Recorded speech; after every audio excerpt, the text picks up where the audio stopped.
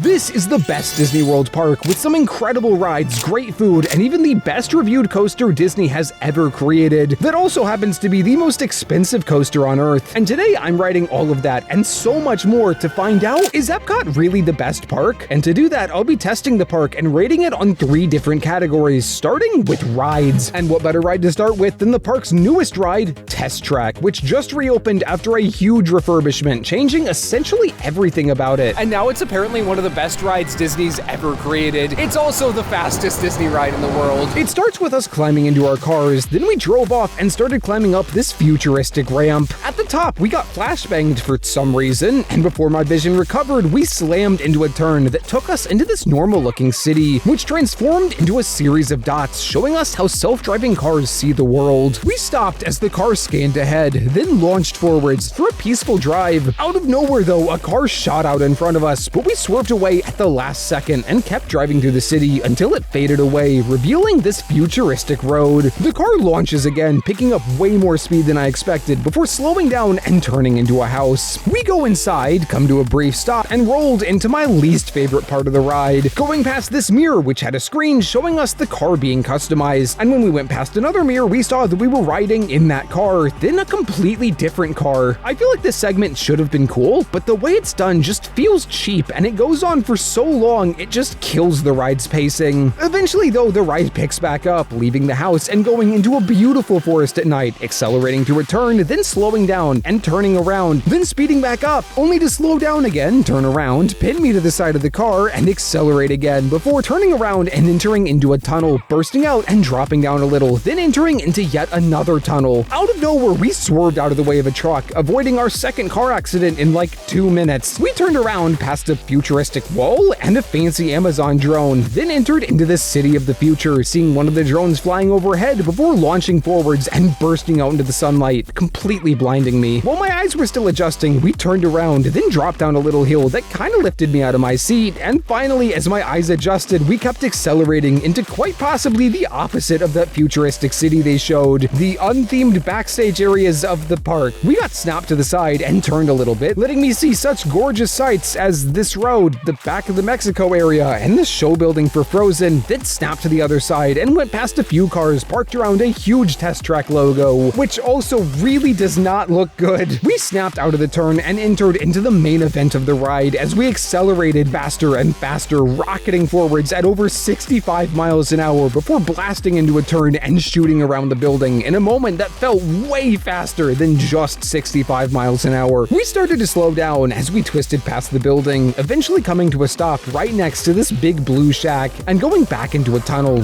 ending the ride. Oh my goodness, that was incredible, dude. It felt like we were going so much faster than 60 miles an hour. Now, I do wish they had hidden stuff a bit better at the end, like being able to look around and seeing like the backs of buildings and the maintenance areas and the roads and all that stuff was kind of hideous, but nonetheless, it was still a very good ride. If everything else in this park is that good, this genuinely might not just be the best Disney World park, it might just straight up be the best park in the entire world. As I said at the start, I'm rating the park on 3 different categories, with the first category being rides, where I'll score every ride we do from 1 to 10, meaning with 11 rides total, the maximum possible ride score is 110. I'm gonna give Test Track an 8.5. After that, I went deeper into the park and into World Showcase, which is a really unique land featuring 12 different mini-lands, each themed to a different country. It is mostly dedicated to food, which I'll cover in a second, but it does have a few rides, including one of the most popular rides in the park, Frozen. So I can't lie, I'm not a huge Frozen fan. I actually enjoyed the first movie, but the second one is just such an abomination. It killed any interest I have in the franchise, so I'm not particularly that excited about this ride, especially considering how long the line is. But I do feel like this ride could be good, especially if it's based off the first movie and not the disaster that was the second one. The line for this ride was really unpleasant, starting outside and taking us through the incredible Norway land. Then we went inside and past a few few shelves before exiting into this village at night, where the line felt like it just never moved. I was in this village for like 30 minutes before finally going into a sauna, where I saw the sauna guy from the movie, and finally making our way into the station, climbing into a boat, and setting sail out to a cave. Almost immediately, we floated out of the cave and into this gorgeous frozen forest, where we came face to face with an incredible Olaf animatronic and the reindeer from the movie. Olaf glided alongside us while explaining to us that we were going to Elsa's ice palace. Then we floated further down the river, going towards the palace, and found some trolls that were recapping the first Frozen movie. Thank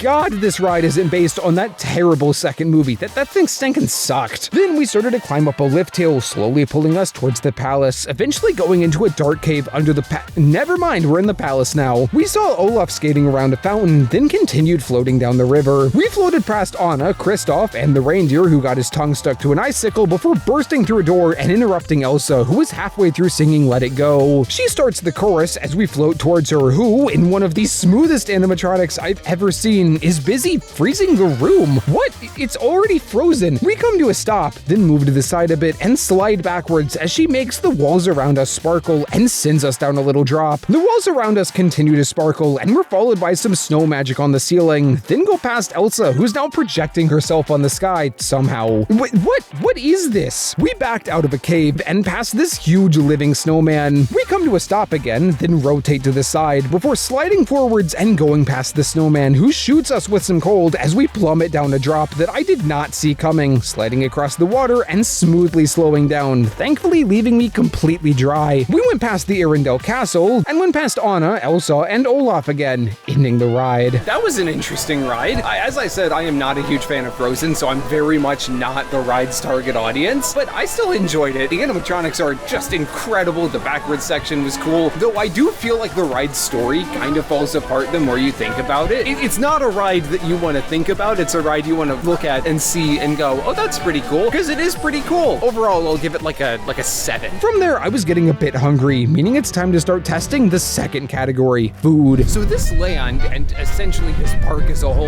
is almost essentially dedicated to food. Like, there are some rides. There's quite a few more rides to do. There's apparently the best coaster Disney's ever made, but the real selling point of the park for a lot of people is the food. Now, I am legitimately, quite possibly, the most picky eater you're ever gonna meet. Like, the other day, one of my big wins was starting to put the flavor packet in ramen. Like, that is how picky of an eater I am. And this park has a legitimately bewilderingly large amount of restaurants. I honestly think it would take a year to go through all of them and find what I want to eat. So instead, I'm just gonna put it up to chance. I've made a random wheel of every single restaurant in this park that I can afford, and I'm just gonna spin it 3 times through this video and just go and eat at whatever restaurant it picks. So without further ado, let's just spin the wheel and see where we're gonna be eating first.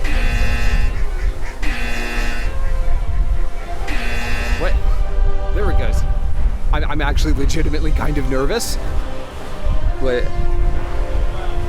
Marketplace flavors from fire. So I found it on the map, then went over to it, and I had no idea what this place was gonna be or what anything on the menu was. So I just ordered the corned beef because I thought it was gonna be beef and corn. It wasn't, instead being this, which looks repulsive. Okay, so I don't know what this is. I would have never bought this had it not been for the wheel, so I guess the wheel system is working. I just wish it would have given me a restaurant that had tables. I'm eating this on a trash can with a bunch of bugs swarming overhead. I started with the beef, which was okay, having a solid beef taste off rip that transformed into a completely different flavor. Oh man, oh, that is weird. That's got like 3 different tastes to it. Then I had a chip, which was pretty standard, but was covered in some just dreadful sauce. I don't know what it was, but it had the sparkle of cheese mixed with the bitterness of cement and overpowered literally everything. I had a bit more beef, then I had this red stuff, which was by far the best part of the meal. I don't even know what that red bogus was. That was stankin' great though. And the bugs are gone. Well, that was an experience. That wasn't like awful, but that also was not good. I'm gonna use the same rating system I'm using for the rides for the food. I'd give that like a 4.5. I feel like I really hope it's only up from here, but we're just gonna see what the wheel lands on. For now though, we're just gonna go and ride a couple more rides. From there, I went back into World Showcase and over to one of the most controversial rides Disney has ever created, Ratatouille. So this is apparently an extremely heavily screen-based ride ride, at least from what people online were saying, which is generally not what people like to see at Disney. Now, I don't know if I'm gonna personally mind it. I actually really enjoy heavily screen-based stuff like Transformers at Universal, and that's essentially just going from one screen to another to another to another. So if it's like that, I might actually really like this ride. The ride starts with one of the most unpleasant lines I've ever waited in. Starting outside through some very hot cattle catchers, but after a little we made our way inside where I thought it was gonna get better, but somehow it managed to get so much worse. For the next 20 minutes, I was subjected to what I call the red hallways from hell, a seemingly never-ending series of these tight, hot, dimly lit hallways. Finally peeking out from around a corner, I saw something that wasn't a red hallway. The room was sick, letting us walk on the roof of a building in Paris at the scale of a rat. In the distance, I could see a huge sign for Gusteau's, and every so often the sign would come alive and talk about cooking. Unfortunately, we didn't get to spend that much time here though, as we went further in line through an art gallery and down a plain hallway before stepping into another really cool rooftop area, which is actually the station. We boarded our rat-shaped cars, then slid to the side, rotating around to face some other riders and spinning out past some more rooftops, eventually coming across the ghost chef from the sign in a really trippy 3D effect. He guided us through a few doors and to the first of the ride's enormous screens. We came across Remy, who was walking around on the roof, pondering what to cook. Then the roof fell open and dumped us into the kitchen. We landed on the floor and darted under a stove, then ran out and ducked under a cart, then ran over to another cart, making me somewhat nauseous in the process. We shot out and skedaddled through the kitchen, eventually hiding under yet another cart and backing up into a huge walk-in freezer. This was hands down the best part of the ride. The level of detail in here is amazing, and the scale is genuinely unlike any other ride I've ever ridden. We went past some giant food, then made our way back into the kitchen and another giant screen where we're nearly spotted by the chef, but get whacked away by a mop, spinning us underneath this stove, which turns on and blasts us with heat. We slide out from under the stove, then duck under a food cart that's getting pushed out into the dining area, yet again making me really nauseous for some reason. We go past a few guests, then come across the chef who spots Remy and starts chasing. We get pushed back by Linguini, then duck under the wall where we split off from the other rats and try to escape. We get spotted by the chef and snap to the side, rush up a few ramps and through some hallways, and just when it looks like we've escaped, his hand bursts through the wall, but it gets caught by a mousetrap, giving us a chance to back away. The previous scene made me decently nauseous, but something about this hallway scene made it so much worse. I actually thought that I was going to hurl as we backed away from a screen, then went up into the rafters, and thankfully came to a stop. I don't think this was intentional, but it gave me a chance to catch my bearings, so when we started moving again, I wasn't about to puke. We pulled up to yet another enormous screen, and we're back in the kitchen cooking up a meal. We went past tons of rats cooking, then came across this guy about to pop a bottle. He points it at us, then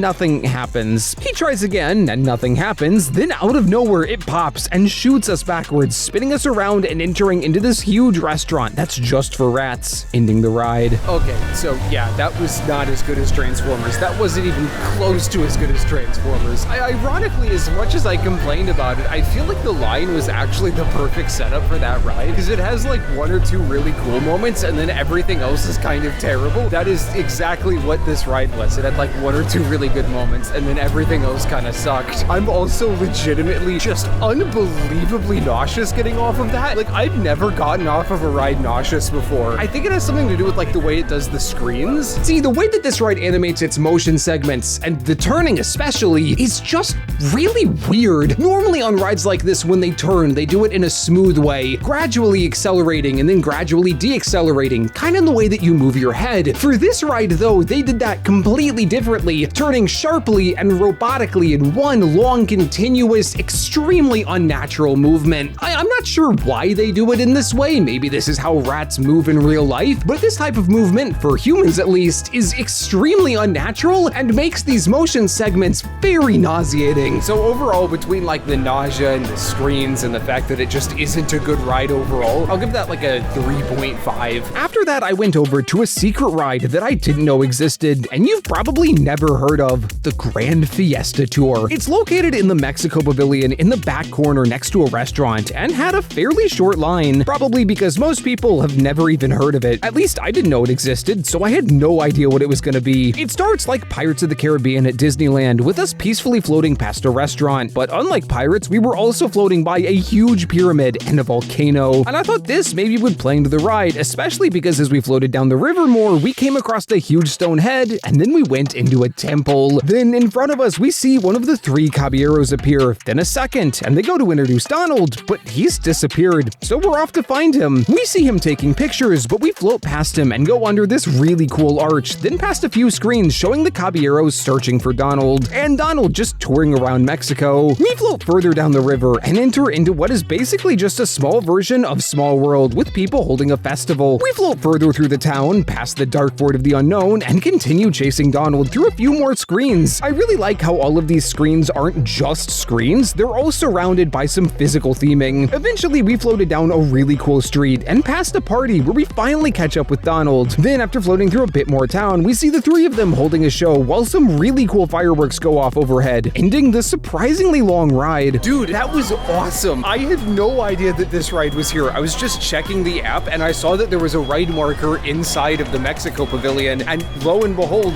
there is actually a ride here. I was not ready for how long and detailed and just stankin' cool that was gonna be. It's not world class by any means, but it's just very cool. I'll give it a 6.5. So far, the majority of the rides we've ridden have been really good, with the exception of Ratatouille, but unfortunately the next ride is probably not gonna be that good, because after leaving the Mexico Pavilion, I went over to what is generally considered to be one of the worst Disney rides ever created, Journey into Imagination with Figment. Outside of the filler rides that nobody really cares about, most of the time when I see people talking about the worst major ride at Disney World, it's between either this ride or a different ride that's actually in the same park that we're going to be riding later. I think I'm going to love that second ride.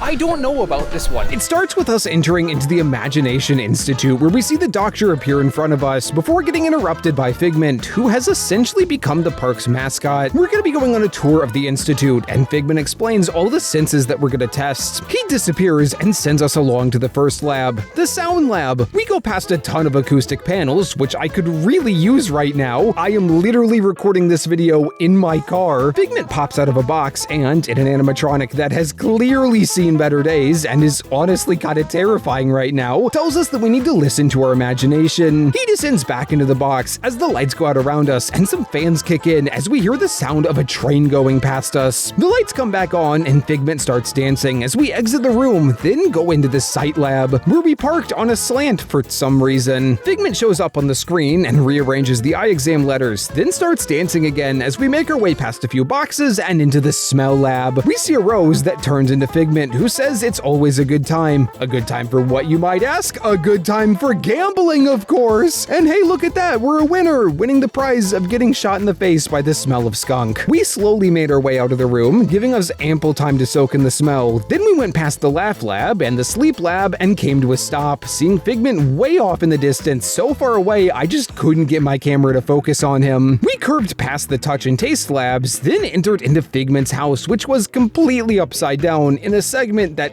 really feels cheap. It's like something I'd expect to see in like a Six Flags ride. We leave the upside down house and go past some signs, eventually finding our way back to the Institute and going down this hallway where we see this screen in front of us and whatever is next to us, which I really don't think we were meant to see. The doctor appears on the screen, says imagination should be set free, then Figment appears and explodes, taking out the lights. And when they came back on, we were in a completely different room. This should be a really cool effect, if it wasn't half broken. We go past a few Figments, then see the doctor, who has become the moon? Why is he the moon? We keep going into the darkness, then suddenly we're in a room, ending the ride. Okay, so that was not the worst ride I've ever ridden. That was far from the worst ride I've ever ridden. I feel like it has a lot of potential. It is just literally falling apart. So much of that feels just abandoned. Like, I'll give it a 4. Actually, wait, the guy becomes the moon. That's worth at least 0.5 points. This is a 4.5 ride. After I got off that ride, I was starting to get hungry again, meaning it was time to spin the wheel. I'm not gonna lie, I'm actually a little bit more nervous this time than I was last time. Like, the more that last food has settled, the more I've not liked liked it, so I'm not really looking forward to the next place, but I mean, who knows? Maybe it will be something great. God, I'm nervous. Marketplace India.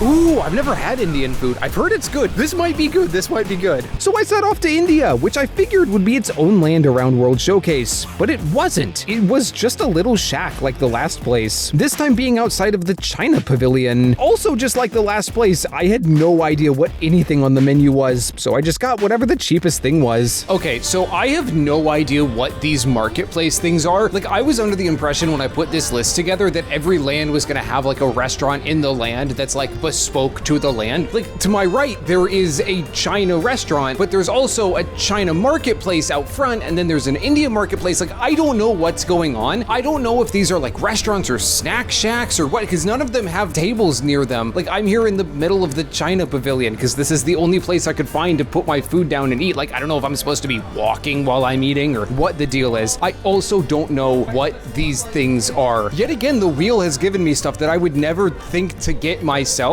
I don't even know what I'm supposed to do to eat these. Like, do I use the fork? Do I just use my hands? Ooh, the sauce is good.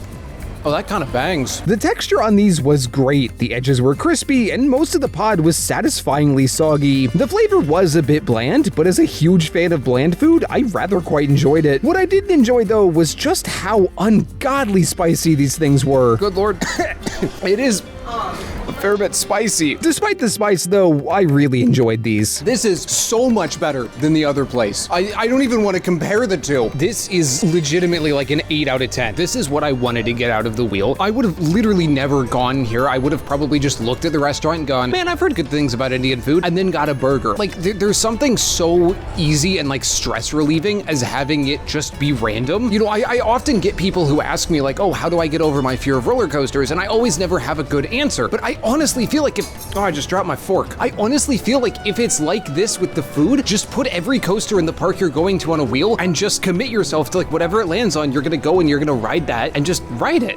You know, it might work, it might not work, I don't know, but it's worth a shot. I wolfed down the second pod, then took the long walk over to the area right next to Figment, the Land, which looks like a restaurant, but it's actually home to 2 different rides. And first, I decided to go on Soarin', which is actually a fairly difficult ride to talk about. This is a motion simulator, an incredible motion simulator, but one that heavily relies on you being physically there to see it. Video of this ride is just not going to do it justice. The screen is enormous, and the visuals are stunning, flying over a castle, the Eiffel Tower, the Great Wall of China, the Matterhorn, and more. There isn't really a story to it. It is literally, as it says on the tin, soaring around the world, but it was a really fun experience in person, especially because they pump in some smells, which smell amazing. Also, the motion of this ride is very chill. It's not like most motion simulators that throw you around. The motion here was very graceful, and that makes for a very relaxing and non-nauseating experience, even if motion rides normally make you sick. There were also some really fun transitions between screens that are essentially jump scares, like us getting splashed by a whale, a plane flying into us, the Taj Mahal turning into a hot air balloon, and an eagle flying into us, which scared the pants off the person next to me. Eventually, we flew over the EPCOT ball in the middle of a fireworks show, then flew into some fireworks, ending the ride. That is legitimately one of the best motion rides ever created. Like, I actually feel like just about anyone could ride that, even if motion rides normally trip you up. I'll give that a 6.5. That is fantastic. Right across from that was the second ride in the land. That's almost a second secret ride, being tucked away in the corner, living with the land, which is one of the most unique rides I've ever been on. Starting as a fairly traditional Disney boat ride, going through a rainforest in the middle of a storm, past a waterfall, some crocodiles, then going through the desert and floating through the prairie before going into a barn that, like most barns, is filled with giant screens showing us new farming techniques. We floated out of the barn, and finally we made it to the ride's real main event, a real greenhouse where they produce real food that they sell in restaurants around the park. We went past a few really cool plants that I've never seen before, like bananas, then floated into the tunnel of fish where we saw their fish farms, which are apparently a thing. After going past the fish, we entered into a second greenhouse and yet again sailed past some really neat plants, then got to see some really interesting growing techniques. They were hanging cucumbers from a rack, and actually they were hanging a lot of stuff. They were also spinning these plants around for some reason, and taking these plants on a very slow ride, also for some reason. Eventually we made our way past this super pink laboratory and back into the building, ending the ride. I'll give it a 6 out of 10. From there I made my way out of the land pavilion, and all I was thinking about were those fish. I really wanted to see more. I just wish there was an entire ride that was just dedicated to seeing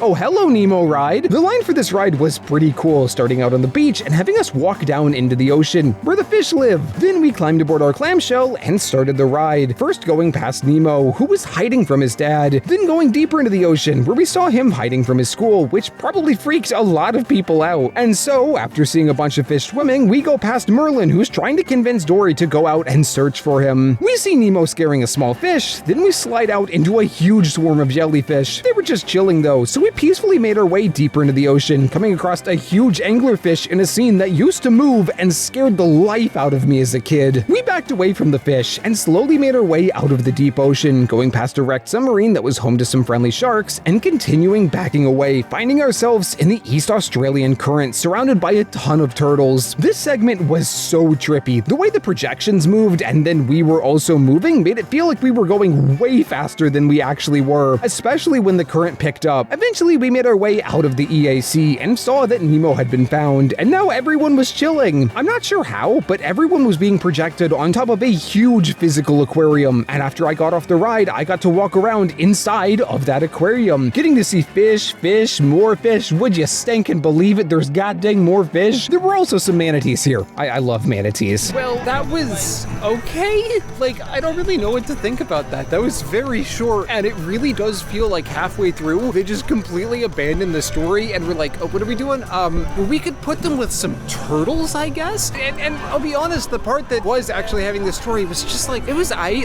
liked the aquarium at the end. I spent a really long time in there, but I don't feel like I can rate it based off the aquarium, because like, that's not part of the ride. That's its own separate thing that it exits into. Like, I could go and I could walk into the aquarium now if I wanted to. I don't know. Like, I'll probably look back and wish I rated it higher, but I don't know. I'll give that like a 3.5. From there, I went over to one of the most iconic rides in the world, which might also be the single most expensive ride ever created, Spaceship Earth. So this ride is genuinely unfathomably expensive. Like, I'd never heard of this till last night. Take a guess as to how much this ride costs to build. You will be wrong. No matter what you throw out, it is wrong. This thing cost an estimated $900 million, but that isn't like $900 million today money. That's $900 million of 1980s money. Meaning with inflation, this thing cost $3 billion.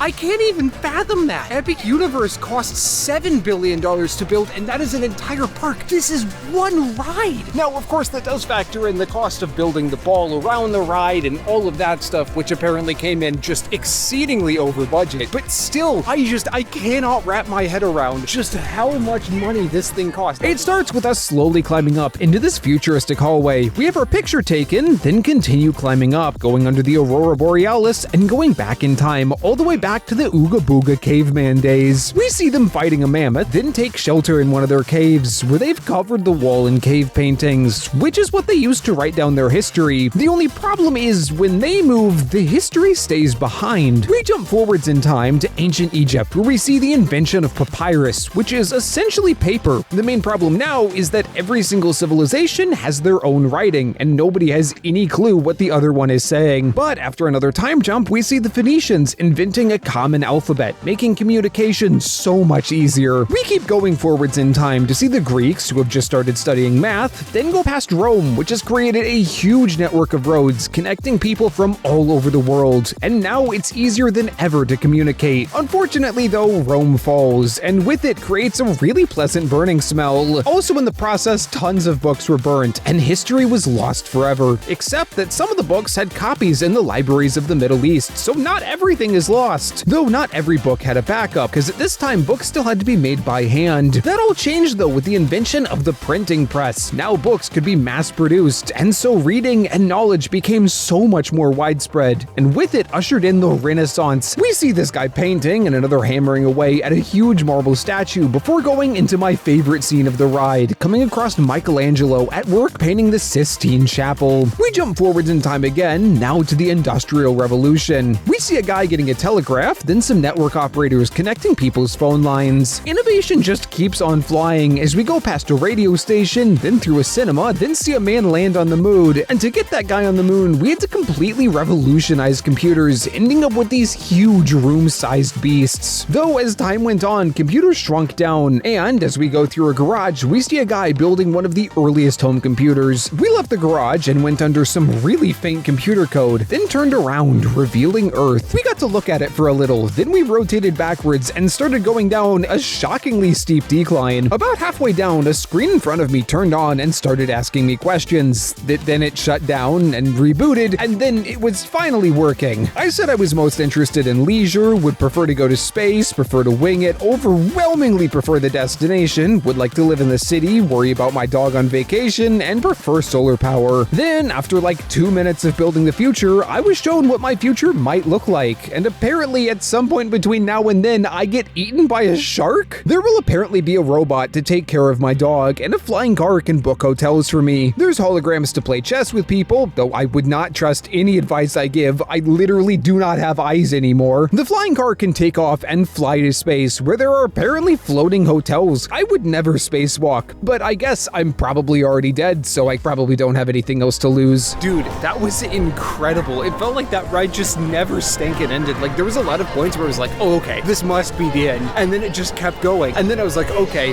this must be the end. And then it just kept going. That was fantastic. Like, it just went on and on and on in the absolute best way possible. I'll give that an 8. I loved that thing, dude. Now, I am starting to get fairly hungry again, so you know what that means. It's time to spin the wheel. I really hope I don't get a marketplace again. I tried to go in and take all the marketplaces off of the wheel, but I've somehow locked myself out from editing the wheel, even though I made it myself. I'm just gonna have to cross my fingers and hope I get something good. So without further ado, let's just spin the wheel.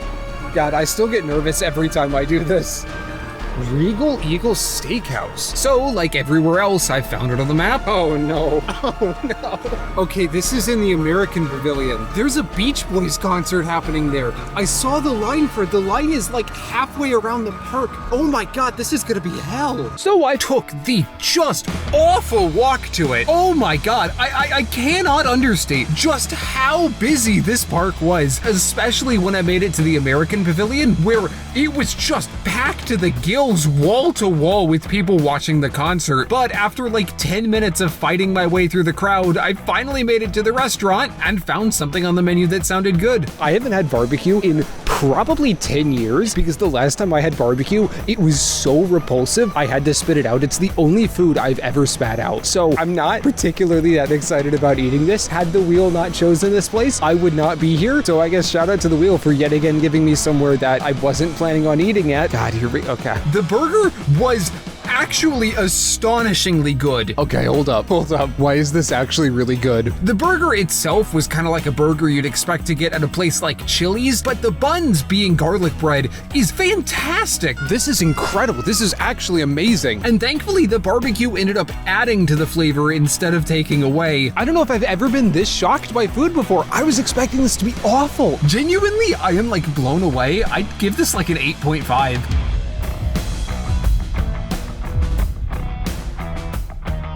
Oh, good heavens. How did I get carbonated water? What the heck is this? From there, I went over to another ride that's space-themed and is also one of the most hated rides in all of Disney, while also being the most intense ride, Mission Space. So remember how earlier I said that the worst ride in the park is generally considered to be either Figment or a different ride? This is that other ride. This gets a lot of hate, and I can see where the hate is coming from, because behind me is a real space simulator designed to simulate the exact forces you get when launching up to space, and it is apparently very intense, so intense that a lot of people have just completely sworn off riding it. Now that said, I think it sounds awesome. Like every reason that people give that they don't like this, I hear and I'm like, oh my god, that sounds amazing. So I'm actually legitimately very excited to ride this. It starts with 2 back-to-back pre-shows, which essentially is just 10 minutes of them telling us over and over just how intense it was gonna be. They also explained crew positions, because this is kind of an interactive ride. Eventually, we made our way into the simulator. The panel in front of us slid down. Then we just sat there for a really long time. I'm not terribly sure what happened, but we were just waiting for something to happen for like 5 minutes. Finally, a countdown started. We're laid down on our backs, and the rocket blasts off, which is one of the most unique feelings of any theme park ride I've ever ridden. I felt gravity pulling at my chest as I was pinned to the back of my seat with so much force I could barely move my arms as we shot up into space, which was so much fun.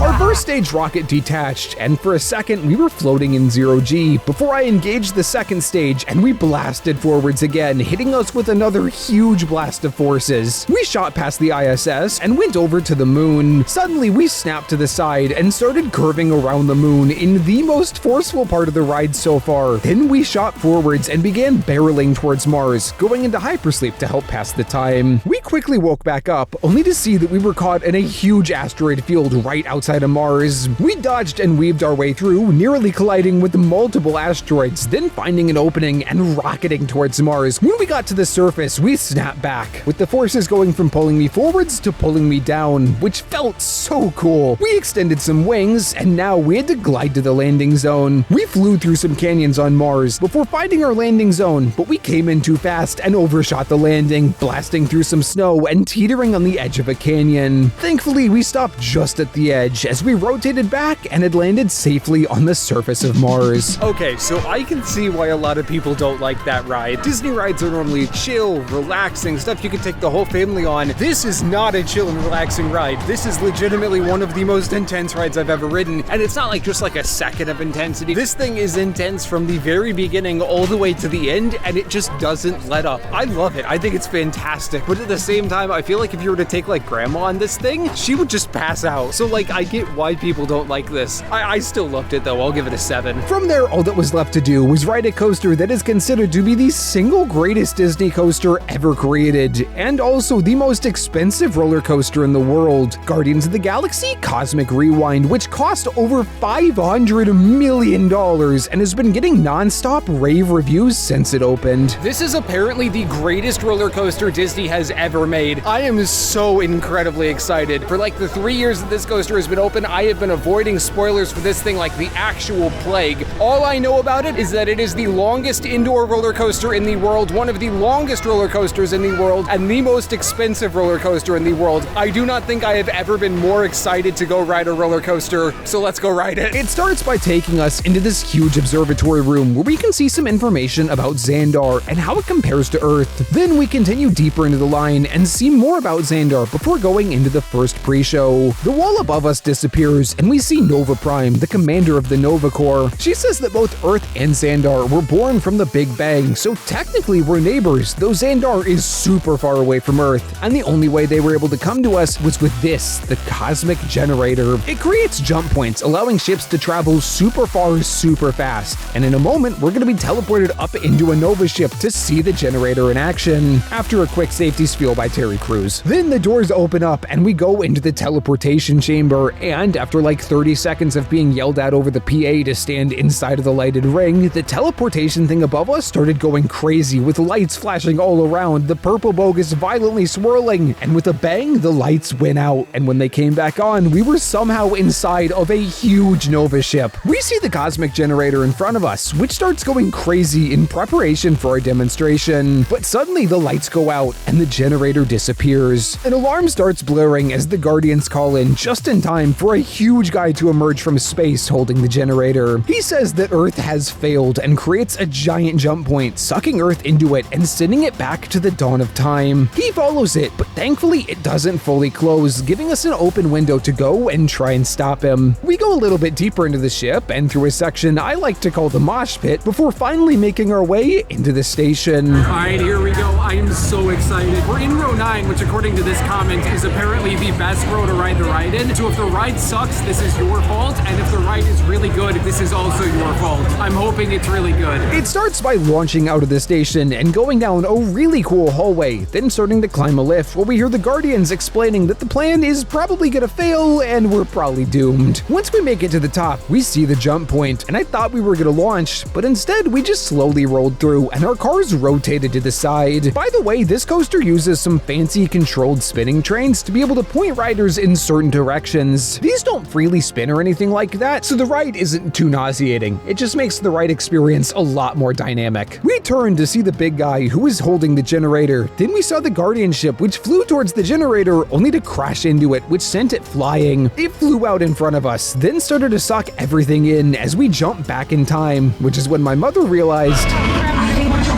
We're launching backwards?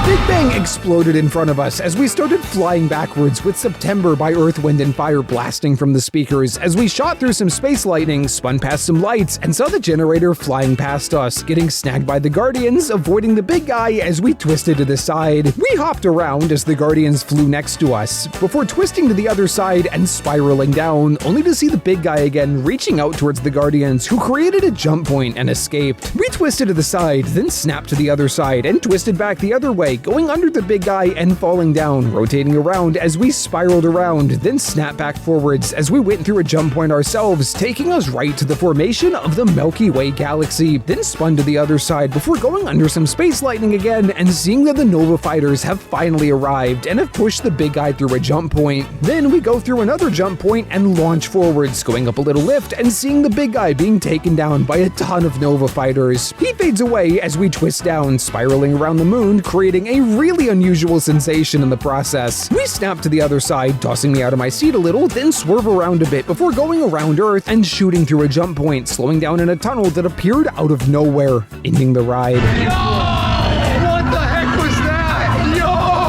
That's like some bogus I think inflated coaster. Oh my god, that might be the greatest themed coaster I've ever ridden. I'm still trying to process what just happened. I don't understand how that's real. Also, huge shout out to this guy that told me to ride in row 9, but that is 100% the best row. Dude, I gotta ride that again. I mean, obviously that's a 10.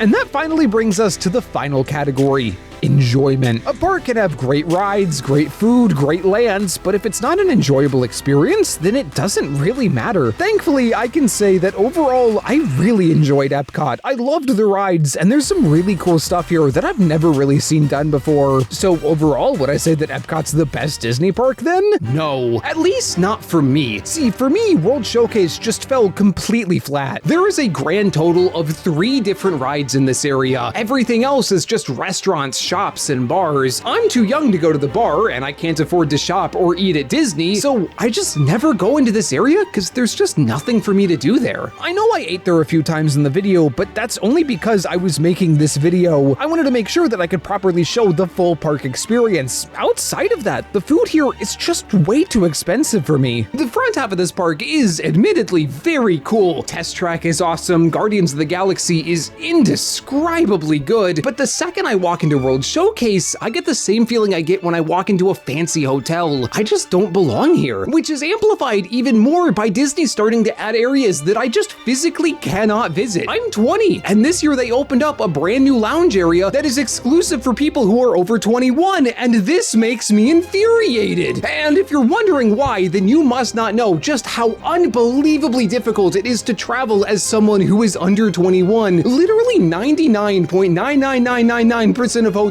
are 21 plus, and most of them don't list that anywhere, but they won't let you check in if you're under 21. So to be able to find one hotel that I'm able to rent, I have to call for hours to find just one place that I can stay. And the fact that this is now spreading into theme parks, and this park in particular that already had so many areas that were off limits for me, not particularly from an age perspective, but from a financial perspective, really seals the deal that this is not only not the best Disney World park, but hands down the worst Disney Disney World park, at least for me. By no means am I saying that this is a bad park. It has some amazing rides, it has some really awesome areas, but this stuff just grinds my gears so much. Anyways though, if you want to see some more Disney, you should check out this video from the Magic Kingdom, which is actually the world's busiest park.